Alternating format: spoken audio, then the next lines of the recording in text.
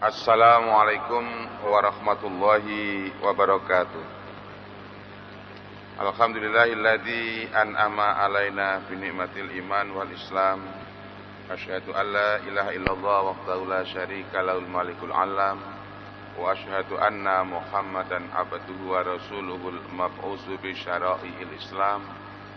Allahumma shalli wa sallim wa barik ala nabiyyina Muhammadin wa ala alihi wa sahbihi wa man tabi'ahu bil layali wal ayyam. Amma ba'du, faqad qala Allah Ta'ala fi kitabihil karim, a'udzu billahi minasyaitonir rajim, ya bani Adam khudhu zinatakum 'inda kulli masjid. Shadaqallahul azim. Para jamaah subuh yang dimuliakan Allah, pada pertemuan yang lalu kita telah membicarakan beberapa hal yang diharamkan oleh Allah, mulai dari makanan sampai kepada minuman, narkoba, obat-obat yang berbahaya, dan selain itu. Maka pada pagi hari ini mari kita mengkaji selain kedua hal tersebut yang diharamkan oleh Allah, yaitu mengenai kita berpakaian atau berbusana. Allah Subhanahu wa Ta'ala telah berfirman di dalam surat Al-A'raf ayat 31 yang saya bacakan tadi, yang artinya, wahai anak Adam, pakailah pakaianmu yang indah di setiap memasuki masjid. Dari sini kita melihat bahwa Allah Subhanahu wa Ta'ala memerintahkan kepada kita untuk berpakaian yang indah ketika ke masjid. Kita gunakan pakaian yang baik, yang bersih. Dan apabila berpakaian, kita harus menurut syariat Islam. Jadi pakaian sekalipun diperintahkan, namun ada pakaian-pakaian yang diharamkan, perhiasan-perhiasan yang diharamkan. Misalnya untuk laki-laki, emas dan sutra, dan model-model busana yang membuat orang melakukan satu perbuatan maksiat, itu pun diharamkan. Seperti kita lihat sekarang ini, banyak wanita-wanita muslimah yang menggunakan jilbab menutup aurat, tetapi pakaian mereka sangat ketat. Sehingga kalau dari jauh itu seakan-akan tidak berpakaian. Bagian bawahnya itu padahal bagian atasnya tertutup. Dan ini dilakukan oleh wanita-wanita muslimah, terutama para pemudinya atau para remajanya. Nah, ini semuanya harus kita ingatkan. Apabila kita berpakaian, hendaklah kita ini menggunakan prinsip yang syar'i, yaitu yang bersih, yang baik, dan tidak dilarang oleh agama. Di dalam surat Al-Furqan ayat 67 Allah berfirman, walladzina idza anfaqu lam yusrifu wa lam yaqturu wa kana baina dzalika qawama. Dan orang-orang yang apabila membelanjakan harta, mereka tidak berlebih-lebihan dan tidak pula kikir, dan adalah pembelanjaan itu di tengah-tengah antara yang demikian. Jadi orang Islam itu tidak kikir, juga tidak boros. Begitu pula dalam berpakaian, berkendaraan dan sebagainya, hendaklah kita ukur dengan prinsip itu, kesederhanaan, tidak berlebihan, juga tidak terlalu kikir. Nabi SAW, andaikan mau hidup bermewah-mewah, beliau itu mampu. Tetapi beliau tidak pernah hidup mewah karena memberi contoh kepada umatnya bahwa inilah yang diajarkan Islam, tidak bermewah-mewah berlebihan, juga tidak terlalu kikir, ngirit sampai berlebih-lebihan, tetapi terletak di antara keduanya. Rasulullah pun bersabda, kulu wasrabu walbasu watasaddaqu min ghairi israfin wala maqilatin. Makanlah dan minumlah serta berpakaianlah dan bersedekahlah tanpa berlebih-lebihan dan tidak sombong. Kemudian di dalam berpakaian itu hendaklah kita jaga kebersihan. Allah suka yang bersih, jadi kalau kita ke masjid kita gunakan pakaian yang bagus, yang bersih. Di dalam hal ini Rasulullah bersabda, Tanadzafu fa innal islama nadhifun. Hadis diriwayatkan oleh Ibnu Hibban. Artinya bersucilah dirimu karena sesungguhnya Islam itu suci.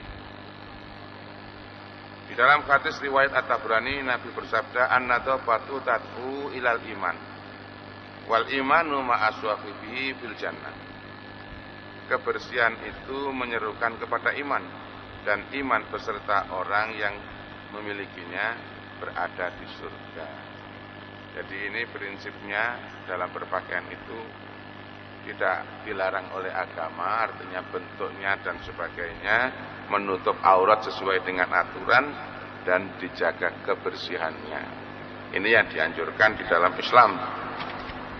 Jangan sampai kita itu menggunakan pakaian yang dilarang atau yang tidak disenangi oleh Nabi Shallallahu Alaihi Wasallam. Perhatian Islam terhadap kerapian rambut, jenggot dan sebagainya ini sangat diperhatikan. Imam Malik dalam kitab Al-Muwatta meriwayatkan bahwa ada seorang lelaki datang kepada Rasulullah dengan rambut dan jenggot yang acak-acakan. Maka Rasulullah menunjukkan. Lalu ia pulang, kemudian Rasulullah SAW bersabda, "Alaisa hadza khairan min ayyatiya ahadukum sa'irar ra'si ka'annahu syaitonun." Bukankah ini lebih baik dibanding seorang datang kepadaku dengan penampilan rambut acak-acakan seperti setan. Jadi kalau ada seorang muslim rambutnya itu tidak karu-karuan, jenggotnya nggak diatur, itu juga tidak disenangi oleh Nabi. Maka sebaiknya kita ini mengatur yang rapi. Rambut disisir dengan rapi, jenggot juga demikian, diatur yang sebaik-baiknya. Pakaian juga demikian. Jadi gunakan pakaian khusus untuk sholat, tidak sama dengan yang lain-lain. Ini juga perlu, sebagaimana yang disarankan oleh Rasulullah SAW dalam sebuah hadis yang diriwayatkan oleh Abu Dawud dari Rasulullah, bahwa beliau bersabda, "Ma'ala akadikum in wajada sa'atan ayyatakhidha saubaini liyaumil jum'ati ghaira saubai mihnatihi." Seseorang dari kalian jika memiliki kemampuan, ya ini dicatat ini, jika memiliki kemampuan, hendaknya ia membuat 2 baju khusus untuk salat Jumat selain dari 2 baju kerjanya. Jadi ini saran, ya tidak wajib ini Bapak para jamaah yang dimuliakan Allah, tetapi kalau kita itu mampu, disediakan khusus pakaian untuk sholat Jumat yang bersih, yang putih, yang baguslah, pendek kata, tidak digunakan untuk yang lain-lain. Tapi tidak harus, tidak wajib ini, cuma disarankan demikian oleh Rasulullah SAW. Nah, bagaimana kalau kita itu memiliki pakaian yang bersih, suci, walaupun itu kita pakai bekerja, boleh nggak dipakai Jumatan? Ya sah-sah saja, tidak apa-apa. Tapi jika punya kemampuan itu bukan hanya kemampuan uangnya saja, bukan kemampuan hartanya, tapi juga kemampuan kesempatan.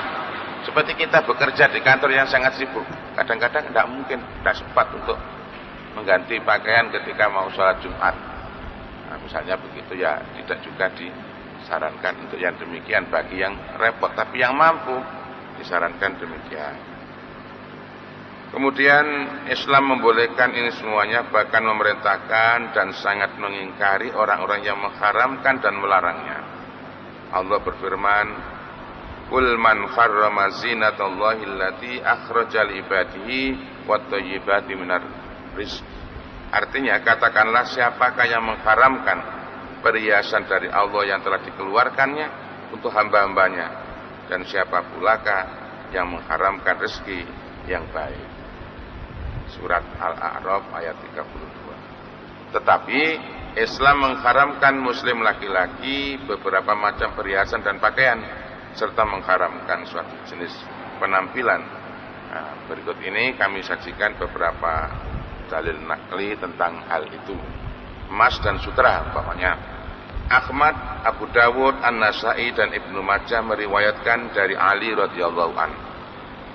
Ia berkata, aqadan nabiyyu sallallahu alaihi wasallam hariran wa ja'alahu bi yaminihi wa aqada dhahaban fa ja'alahu bi shimalihi tsumma qala inna hadaini haramun ala dzukuri ummati wa zata ibnu majah khillun li inasihim.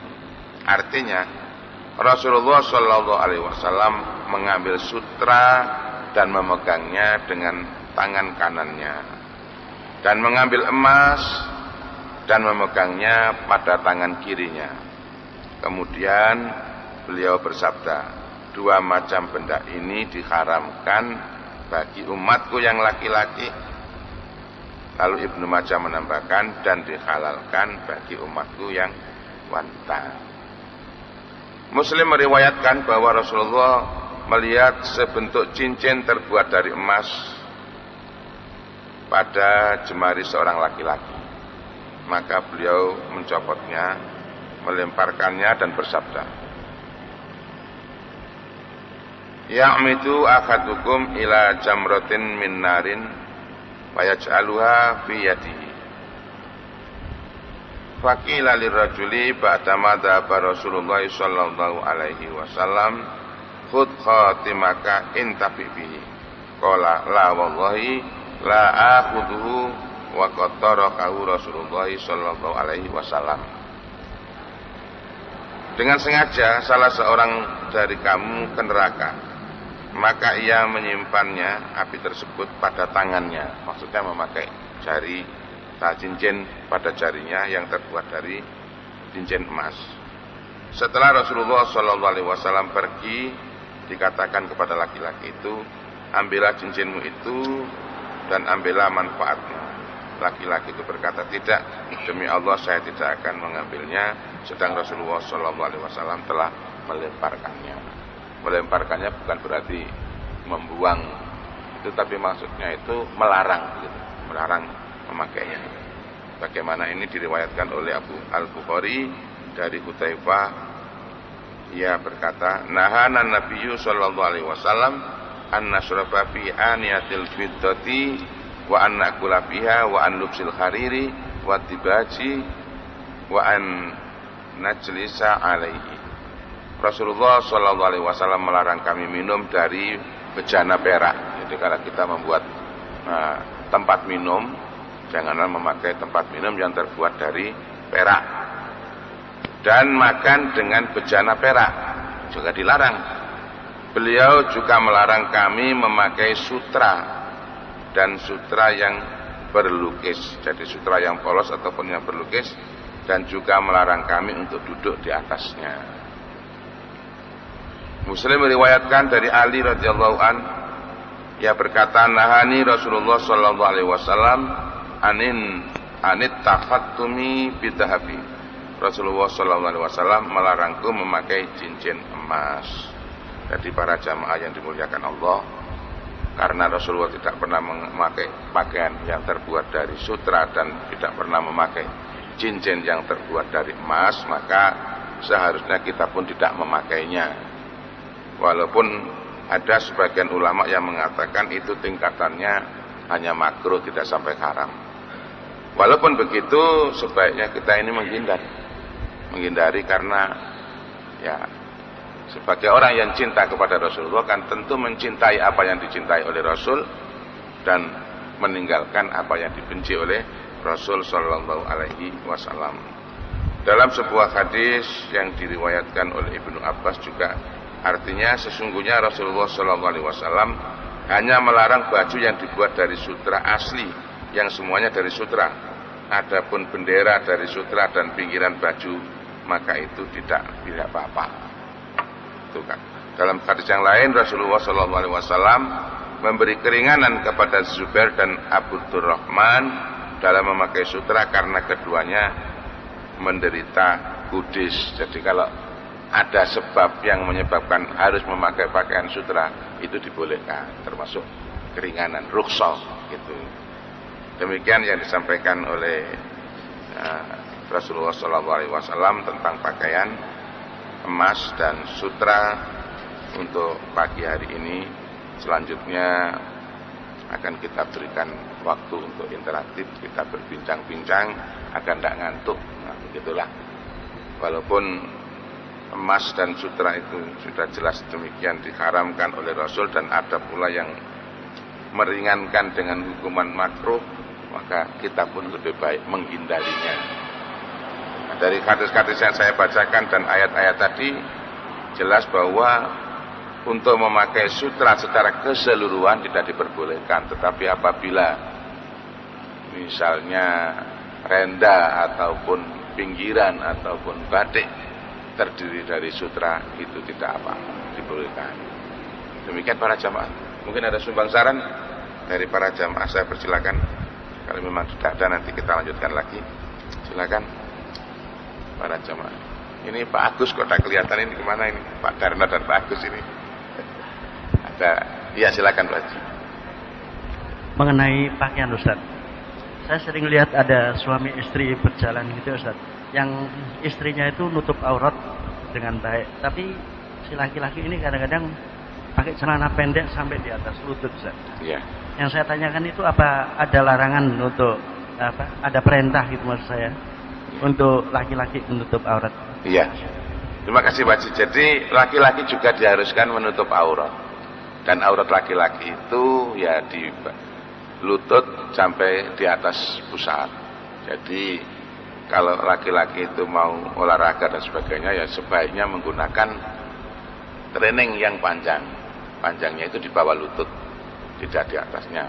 Tidak seperti pegulat atau pesumo itu ya, nah, itu tidak diperbolehkan dalam Islam.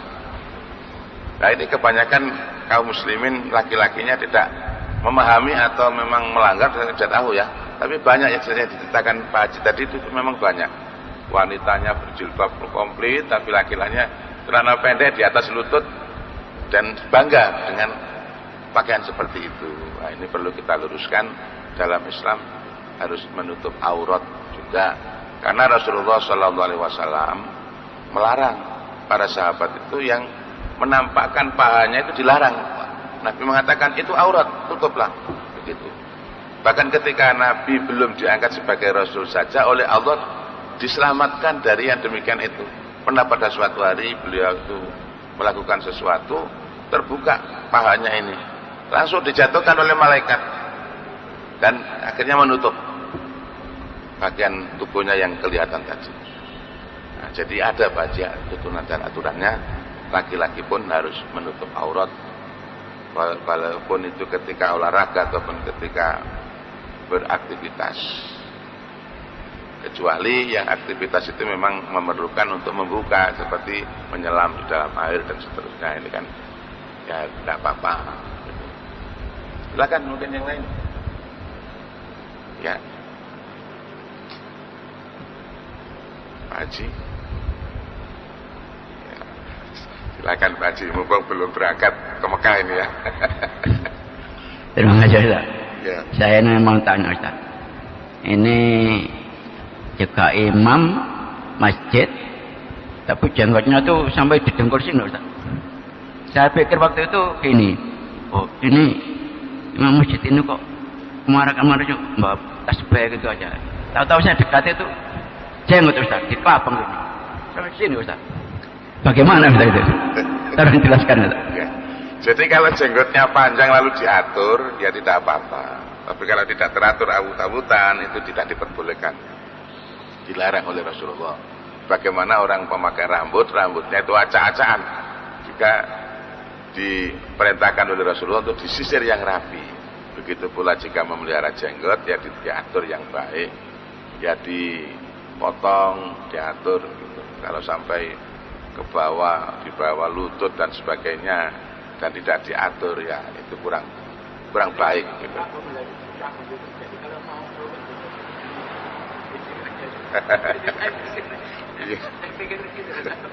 Ya itu macam-macam model manusia ya.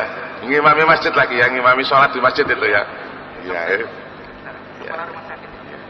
Seharusnya ya tidak memberi contoh yang berlebihan seperti itu. Jadi memelihara jenggot disunatkan oleh Rasulullah SAW, tapi jangan berlebihan. Nah, segala yang berlebihan itu tidak boleh. Kulu wasrabu wala tusrifu, makanlah minumlah tapi jangan berlebihan. Begitu pula dalam berpakaian dan sebagainya. Maka sebaiknya yang demikian itu kalau bisa kita sarankan ya dianjurkan supaya tidak berlebih-lebihan, khawatir nanti ditiru oleh jamaahnya kalau dia seorang imam. Nanti tidak mustahil nanti ada anak muda yang tertarik. Wah saya nanti bawa pisan jenggotku kayak ngono. Mungkin itu terjadi. Ini tanya Pak Haji Sutari ini waktu sekolah. Dengan idola gurunya yang hebat itu sampai niru model celananya, model rambutnya. Wah potonganmu kok iya kayak Pak Guru. Karena kalau kemudian ia sudah dicintai oleh orang lain, artinya oleh jamaah, bisa saja menjadi tiruan, menjadi panutan. Nah, maka sebaiknya kita itu menjaga. Jadi apa-apa yang dilarang oleh Rasul kita hindari. Alasan diharamkannya emas dan sutra bagi laki-laki itu adalah untuk menjauhi sifat-sifat kewanitaan. Ini yang terkandung di dalam larangan itu, yang tidak sesuai dengan keperkasaan laki-laki. Ya, jadi tidak pantas dong laki-laki emas itu dipakai untuk perempuan kok dipakai laki. Jadi seakan-akan kelaki-lakiannya itu kurang gagap gitu loh. Jadi itu dilarang oleh Rasulullah SAW. Yang kedua, selanjutnya kedua benda ini dihalalkan bagi kaum wanita untuk memelihara sifat kefeminiannya, jadi sifat kewanitaannya, menumbuhkan naluri cinta, memenuhi naluri mereka yang mencintai perhiasan. Jadi kalau wanita memang disarankan karena menambah indah itu dan cocok dengan sifat feminin, sifat wanita. Kalau laki-laki itu tidak pas, jadi dilarang. Jadi Islam itu mengajarkan laki-laki itu ya laki-laki, gagah, hebat begitu. Wanita ya wanita, halus lembut seperti itu. Ini jadi indah sekali ajaran Islam itu. Walaupun ada sebagian ulama yang menghalalkan hanya tingkatan pada makruh saja, bahkan ada yang dengan bangga memakainya. Wah, ini ya siapa apa, silakan itu pendapat mereka dan keyakinan mereka. Tapi ini Ustaz juga, ini juga kiai juga yaitu kepala pondok pakai cincin Ustaz, pakai cincin emas. Tak gini kan, yai, tuh yai kok pakai cincin emas besar-besar gitu loh. Anda apa-apa, kan nggak ada larangan gitu. Tuh, saya tidak berani jawab Ustaz. Diam aja, soalnya apa dia itu kiai. Mungkin Ustaz itu waktu itu banyak mungkin tahu, soalnya tempatnya itu di Paciran. Jadi iya, beliau-beliau tadi termasuk yang berpendapat hanya makruh saja gitu. Tapi kita sebagai orang yang mencintai Rasul, sebaiknya ya mencintai apa yang dicintai Rasul dan membenci apa yang dibenci Rasul. Rasul melihat sahabatnya memakai cincin emas dilepas dan dibuang, itu tanda bahwa gak usah digawe gitu. Itu kan gak usah dipakai. Ya kita jangan memakai. Walaupun kita itu mampu. Kan saya katakan sejak awal Rasulullah SAW, andaikan mau bermewah-mewah, beliau itu mampu. Ya. Timur kota Mekah dan Madinah di bawah genggaman kekuasaan Nabi SAW. Mau berbuat apa? Bermewah-mewah bagaimana bisa? Tapi beliau tidak, tetap hidup sederhana, memberi contoh kepada umat. Nah, jadi begitu, andaikan mau pakaian cincin emas, gelang emas, bisa. Bisa-bisanya kata orang Jawa ya. Tapi beliau tidak mau menggunakan yang demikian itu. Karena tahu bahwa emas dan sutra itu tempatnya adalah untuk wanita. Dan Nabi walaupun mampu tidak mau hidup berlebih-lebihan. Jadi begitu Pak Haji. Nah ini kita sayangkan kalau tokoh-tokoh masyarakat, tokoh-tokoh ulama lalu memberi contoh yang kurang pas begitu itu ya nggak enak rasanya itu loh. Kita lihat itu nggak enak. Seorang ulama memakai cincin emas, memakai perhiasan dan ya sebagainya yang kurang terpenuhi sunnah Rasul Sallallahu Alaihi Wasallam, maka itu sebenarnya harus dihindari. Ya. Kalau pulpen atau alat-alat mungkin itu bisa dimaklumi karena bukan merupakan perhiasan yang permanen bagi lelaki, tapi alat peralatan boleh-boleh saja. Bahkan ada alat yang harus dibuat dari emas, harus dibuat dari ini itu tidak apa-apa. Misalnya pena itu banyak mata pena yang terbuat dari emas, tidak apa-apa dipakai, boleh. atau tutupnya dan sebagainya terhias terlapisi dengan emas, tidak apa? Ya, ya, tapi itu kan tidak artinya tidak murni dari emas 100%, ada campuran-campurannya dan merupakan apa namanya sesuatu yang perlambang begitu, bukan hiasan bagi laki-laki. Nah, itu pun sebaiknya ya tidak dari emas murni, tapi hanya apa lapisan atau apa begitu saja. Ya. Iya, ya, memang ada yang begitu. Ya, sebaiknya kita tidak usah memakai. Jadi ya biasa-biasa saja, ataupun ya dari bahan lain kemudian ada semprotan atau ada hiasan emasnya. Gitu. Tidak apa-apa, itu lebih selamat. Saya katakan tadi memang ada sebagian ulama yang mengatakan tidak sampai haram tetapi makruh. Walaupun makruh, kita lebih baik menghindarinya. Kan begitu Pak Haji. Adapun orang yang ya berpendapat begitu ya silakan, tidak usah kita melarangnya secara keras, ya, biarkan. Mungkin ada Anda wasian ini, ada sesuatu, monggo silakan. Silakan, masih ada lagi? Masih ada waktu Pak ini, ya.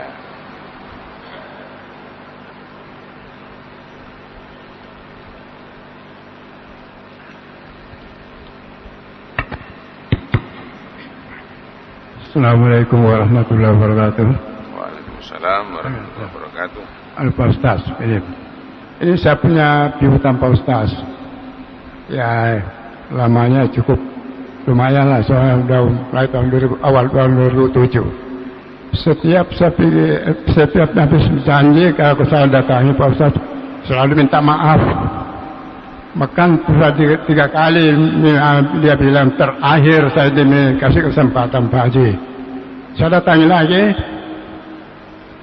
minta maaf lagi. Saya bilang sekarang saya tidak mau terima maaf. Pertanyaan saya Pak Ustaz, apa saya salah karena tidak mau maafkan lagi? Kesalahannya apa Pak Haji? Nah, apa saya salah Pak Ustaz? Soalnya saya tidak mau maafkan lagi. Kan selalu saya nagih di sana, lalu minta maaf. Ya. Malah sudah 3 kali minta bilang Ustaz terakhir Pak Haji ini, kasih kesempatan terakhir ini, saya minta kesempatan. Tapi saya pikir lagi, dia mau minta maaf. Saya bilang sekarang saya tidak mau terima maaf lagi, mau terima uang. Saya bilang. Pertanyaan saya, apa saya salah karena saya tidak mau maafkan lagi? Jadi seharusnya seorang muslim itu pemaaf. Apabila ada kesalahan orang lain, bahkan sebelum dimintai maaf saja, itu kita sudah memaafkan. Wal afina aninnas, orang yang suka memaafkan manusia. Di dalam salah satu surat Ali Imran, ya, dalam salah satu ayatnya itu disebutkan orang-orang yang bertakwa itu tandanya alladzina yunfiquna fis-sarra'i wad-dharra wal kadhiminal ghaidha wal afina aninnas. Jadi orang yang bertakwa itu diantaranya suka berinfak, sekalipun dalam keadaan sempit ataupun lapang. Kemudian ia mampu menahan kemarahan. Dan yang ketiga wal afina aninnas, suka memberi maaf kepada manusia. Maka seharusnya kalau ada saudara kita minta maaf kepada kita maafkan. Itu mendapat pahala kita memberikan maaf kepada orang lain itu. Jadi sebaiknya Pak Haji kalau dimintai maaf ya memaafkan Pak Haji, tidak usah ditolak. Ya. Hanya saya sudah berulang kali itu minta maaf. Habis janji saya datangi minta maaf. Janji lagi tanggal sekian penyimbal datang, saya datangi lagi minta maaf. Nah, proses jaraknya cukup jauh daerah Jombang. Ya. Bagaimana Pak Haji Kohar tadi? Ya, coba dijelaskan, mungkin saya kurang jelas menerima pertanyaannya ini. Gimana Pak Kohar? Pak Haji ini kan gini Ustaz, dia itu ada orang Jombang itu punya utang sama dia. Nah, waktu itu dia datang ke sana nagih, yang sana itu minta maaf. Terus datang lagi minta maaf lagi, datang lagi minta maaf lagi, terus datang lagi saya tidak mau minta maaf, maunya minta uang. Soalnya apa Pak Haji ini butuh, itu loh Pak Ustaz. Oh begitu. Ya. Jadi ini ada dua belah pihak ya. yang satu hutang begitu pada Pak Haji, tidak nyaur-nyaur begitu, tidak. Kewajiban orang yang berhutang itu harus melunasi, mengembalikan hutang itu. Kalau dia tidak bisa mengembalikan, ya harus dengan cara mengatur bagaimana. Misalnya uangnya itu besar, lalu diatur, Pak Haji saya minta tempo, misalnya saya bayar 2 kali atau 3 kali dengan persetujuan. Nah, kalau tidak dilunasi, dia itu hutang sampai selamanya. Selama Pak Haji belum merelakan uangnya, ya masih hutang terus. Nah, begitu. Maka dalam hal ini adalah kasus perdata ini. Jadi kalau memang Pak Haji itu melepaskan uangnya karena sulit, maka itu menjadi sedekah. Tapi kalau Pak Haji tidak melepaskan, ya itu tidak apa-apa, haknya Pak Haji. Boleh. Nah, begitu. Adapun maafnya tadi, maaf secara duniawi, secara lahiriah dimaafkan. Tetapi masalah hutang ini Pak Haji masih menagih terus, artinya meminta karena butuh. Ya tidak apa-apa, itu haknya Pak Haji. Tapi seandainya Pak Haji melepaskan, maka itu sebagai sedekah Pak Haji yang luar biasa. Mungkin orang itu sedang butuh dan sebagainya atau kesulitan, atau memang kalau dia itu penipu, ya mudah-mudahan dengan kebaikan hati Pak Haji jadi lepas, jadi berubah menjadi orang yang baik. Nah, jadi itu boleh Pak Haji menagihnya, karena itu haknya Pak Haji. Tapi tidak usah perlu memberikan jawaban, saya tidak akan memaafkan, tidak usah Pak Haji. Jadi lebih baik, ya bukan permintaan maaf yang saya minta, tapi saya minta ini adalah hak saya sebagai orang yang pernah menghutangi. Sebenarnya Pak Haji sudah menolong memberikan hutang tanpa bunga kan, sudah menolong itu, tetapi yang ditolong rupanya tidak mengerti, atau memang mungkin kesulitan. Jadi solusinya Pak Haji melihat dulu, kalau memang orang itu adalah betul-betul terhimpit oleh kesulitan ekonomi dan Pak Haji melepaskan, maka itu pahala yang sangat besar. Tapi kalau memang dia itu adalah seorang penipu, maka Pak Haji punya hak untuk mengajukannya kepada pihak yang berwajib untuk mengurusnya. Nah, begitu Pak Haji ya. Ya.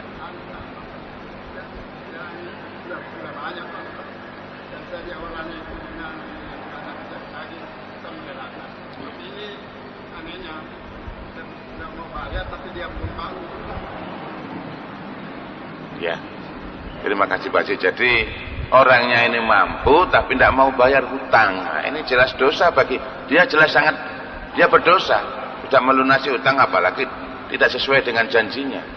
Lah Pak Haji punya kesabaran ini berpahala, punya kesabaran ini, karena sabar dalam memberikan pinjaman kepada saudaranya. Ini ada nilai pahala tersendiri di sisi Allah. Kemudian kalau memang nanti dia itu betul-betul terhimpit dan tidak mampu membayar, lalu Pak Haji merelakan, ini suatu pahala yang besar juga. Tetapi kalau memang dia itu seorang penipu, ya harus dilaporkan kepada yang berwajib, pihak yang berwajib untuk menanganinya, karena ini kasus penipuan. Begitu Pak Haji. Inilah romantika kehidupan, memang banyak terjadi begitu. Kalau hutang mudah sekali, tapi mengembalikannya sangat susah. Makanya Nabi bersabda, orang yang paling baik itu adalah orang yang segera mengembalikan hutangnya. Malah sebelum batas waktunya sudah dikembalikan, itu dapat pahala tersendiri dari Allah Subhanahu wa Ta'ala. Kalau kita berhutang, jadikan prinsip yang begitu itu. Besok hari Senin saya lunasi, minggu malam sudah dilunasi, sangat bagus. Nah, kebanyakan kita tidak, Senin sudah lewat.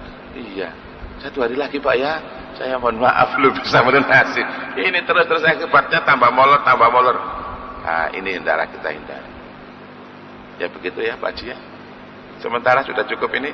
Rupanya Sabtu depan ini Pak Haji ini berangkat ke Tanah Suci ya, bersama rekan-rekan jamaah yang lain untuk umroh. Ya mudah-mudahan kita yang hadir ini masih ada, silakan. Silakan. Ketularan ikut umroh juga Pak Haji ya nanti ya. Ya silakan Mas. Assalamualaikum warahmatullahi wabarakatuh. Waalaikumsalam. Ya, Ustadz mau tanya, hukumnya memakai cincin emas putih yang biasa terbuat dari platinum, Ya. yang warnanya putih, biasanya ini harganya itu lebih mahal dari emas, Lebih mahal dari dan kandungannya itu memang beda dari emas biasa. Terima kasih. Assalamualaikum. Jadi emas itu walaupun kuning ataupun putih, Nabi melarangnya. Untuk penggantinya Nabi memakai perak. Jadi sebaiknya memakai perak saja, bukan cincin emas, walaupun emas itu berwarna putih. Ya, nilai hikmahnya tadi adalah untuk menghindari adanya sifat kewanitaan. Walaupun tingkatannya para ulama mengatakan tidak sampai haram yang mutlak, tetapi sebaiknya kita menghindarinya karena kita mencintai Rasul Shallallahu Alaihi Wasallam. Selama hidup beliau tidak pernah memakai cincin itu. Pernah sekali waktu memakai, lalu menunjukkan kepada sahabat, inilah cincin emas. Lalu selanjutnya beliau lepas dan para sahabat ikut melepasnya. Bagaimana dengan emas yang berwarna putih? Bahkan emas putih itu lebih mahal harganya daripada emas kuning. Maka kalau melihat dari hukum usul fikih, yang emas murah saja itu tidak boleh, apalagi yang mahal. Maka berarti juga tidak diperbolehkan. Begitu Mas ya. Sebaiknya ya kita pakai yang biasa-biasa sajalah. Tapi biasanya emas putih itu untuk hiasan tambahan, bukan untuk apa namanya keseluruhan. Misalnya arloji atau apa ada, itu tidak apa-apa. Atau pena, mata penanya itu terbuat dari emas putih, tidak apa-apa. Tapi kalau digunakan perhiasan secara mutlak, itu tidak disenangi oleh Rasul Shallallahu Alaihi Wasallam. Demikian dan perbincangan kita lanjutkan pada Sabtu yang akan datang. Walaupun mungkin Pak Kohar, Pak Haji Sutari dan beberapa rekan yang lain meninggalkan tanah air untuk ya mungkin 10 hari ya sampai 15 hari berada di tanah suci. Mohon doa rekan-rekan yang belum berangkat haji dan belum pernah berumrah, didoakanlah mudah-mudahan segera bisa menziarahi Baitullah Ka'bah ya. Akhirnya kita tutup dengan doa majelis. Subhanakallahumma wa bihamdika nasyhadu alla ilaha illa anta nastaghfiruka wa natubu ilaik. Rabbana atina fid dunya hasanah wa fil akhirati hasanah wa qina adzabannar. Wa subhana rabbika rabbil izzati amma yasifun. Wa salamun alal mursalin walhamdulillahi rabbil alamin. Assalamualaikum warahmatullahi wabarakatuh.